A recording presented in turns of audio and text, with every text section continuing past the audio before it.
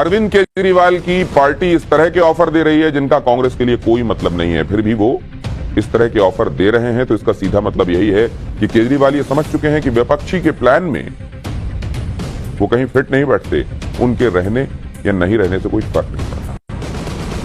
केजरीवाल की तरह कुछ दिन पहले ममता बनर्जी ने भी कांग्रेस को एक ऑफर दिया था। कर्नाटक जीत के बाद ममता बनर्जी ने कहा था कि जहां जहां कांग्रेस मजबूत है वो कांग्रेस को सपोर्ट करेंगे, लेकिन कांग्रेस को बंगाल छोड़ देना चाहिए और उनका विरोध नहीं करना चाहिए। लेकिन अब ममता बनर्जी कह रही हैं कि अगर कांग्रेस को लेफ्ट के साथ ही जाना है तो उनसे सहयोग की उम्मीद ना करें। ममता बनर्जी ये इसलिए बोल रही हैं क्योंकि आजकल बंगाल में पंचायत चुनाव का माहौल है, वहां जिस तरह से नॉमिनेशन से पहले हिंसा हो रही है उससे ममता बनर्जी पर सवाल उठ रहे हैं, और इसी से तिल मिलाकर ममता बनर्जी ने कह दिया कि टीएमसी के खिलाफ कांग्रेस और बीजेपी मिलकर साजिश कर रहे हैं। ममता बनर्जी ने विपक्षी एकता के लिए कांग्रेस से कुर्बानी मांग ली है कि वो बंगाल में ममता का विरोध न करें और लेफ्ट से अलग रहें। लेकिन कांग्रेस ये कुर्बानी क्यों देगी? वो भी तब जब बंगाल में कांग्रेस का इकलौता विधायक भी ममता ने तोड़ लिया हो। विपक्ष की एकता की हकीकत इन तमाम उदाहरणों से आपके सामने है। हकीकत यही है कि कोई पार्टी आगे बढ़कर कुर्बानी देने के लिए तैयार नहीं, सब अपना अपना फायदा देख रहे हैं। वहीं विपक्षी एकता का पूरा प्लान बनाने वाले नीतीश कुमार का हाल ये है कि उनके अपने ही उन्हें छोड़कर जा रहे हैं। बिहार में महागठबंधन में शामिल जीतन राम मांझी की पार्टी अलग हो गई। उनके गठबंधन से अलग होने पर नीतीश कुमार ने उन्हें बीजेपी का जासूस करार दे दिया। नीतीश कुमार ने जीतन राम मांझी को लेकर यहां तक कह दिया कि अगर वो साथ रहते तो विपक्ष की सारी बातें बीजेपी को बता देते। अंगूर इतने खट्टे भी हो जाते हैं कि वो जासूस बन जाते हैं। नीतीश से अलग होकर जीतन राम मांझी अब एनडीए में शामिल होने की तैयारी कर रहे हैं। 19 जून को वो दिल्ली जाएंगे, जहां गृह मंत्री अमित शाह से मिलेंगे। उनसे बातचीत के बाद एनडीए में शामिल होने का ऐलान करेंगे।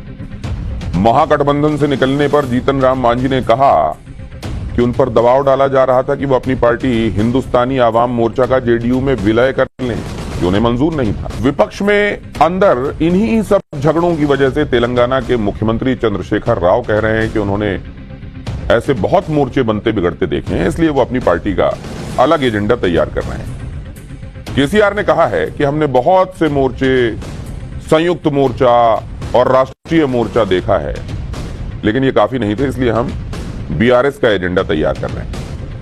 केसीआर ने कहा कि महाराष्ट्र में उनकी पार्टी महाविकास अघाड़ी के साथ गठबंधन नहीं करेगी और सभी सीटों पर चुनाव लड़ेगी।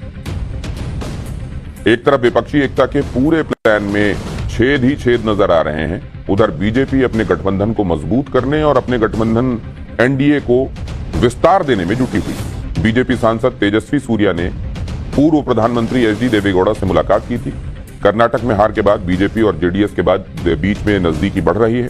हालांकि दोनों ही दलों में से कोई भी इस पर खुलकर बोल जरूर नहीं रहा, लेकिन ये इशारे स्पष्ट किए जा रहे हैं कि साथ आया जा सकता है। यह भी ध्यान रखना चाहिए कि पूर्व प्रधानमंत्री देवेगौड़ा ने बालासोर ट्रेन हादसे के बाद रेल मंत्री अश्विनी वैष्णव का बचाव किया था। बीजेपी इस वक्त नए साथियों को जोड़ने की कोशिश कर रही है और इसके अलावा पुराने साथी जो बिछड़ गए उन्हें भी जोड़ने की तैयारी चल रही है। जैसे चंद्रबाबू नायडू की टीडीपी और पंजाब में अकाली दल को फिर से साथ जोड़ने की तैयारी चल रही है।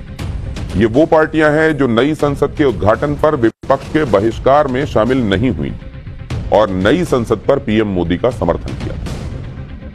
कुल मिलाकर विपक्ष अगर मोदी जी को हराने के लिए एकजुट होने का प्लान बना रहा है तो पीएम मोदी भी ऐसी तैयारी कर चुके हैं जो विपक्ष के हर प्लान को फेल कर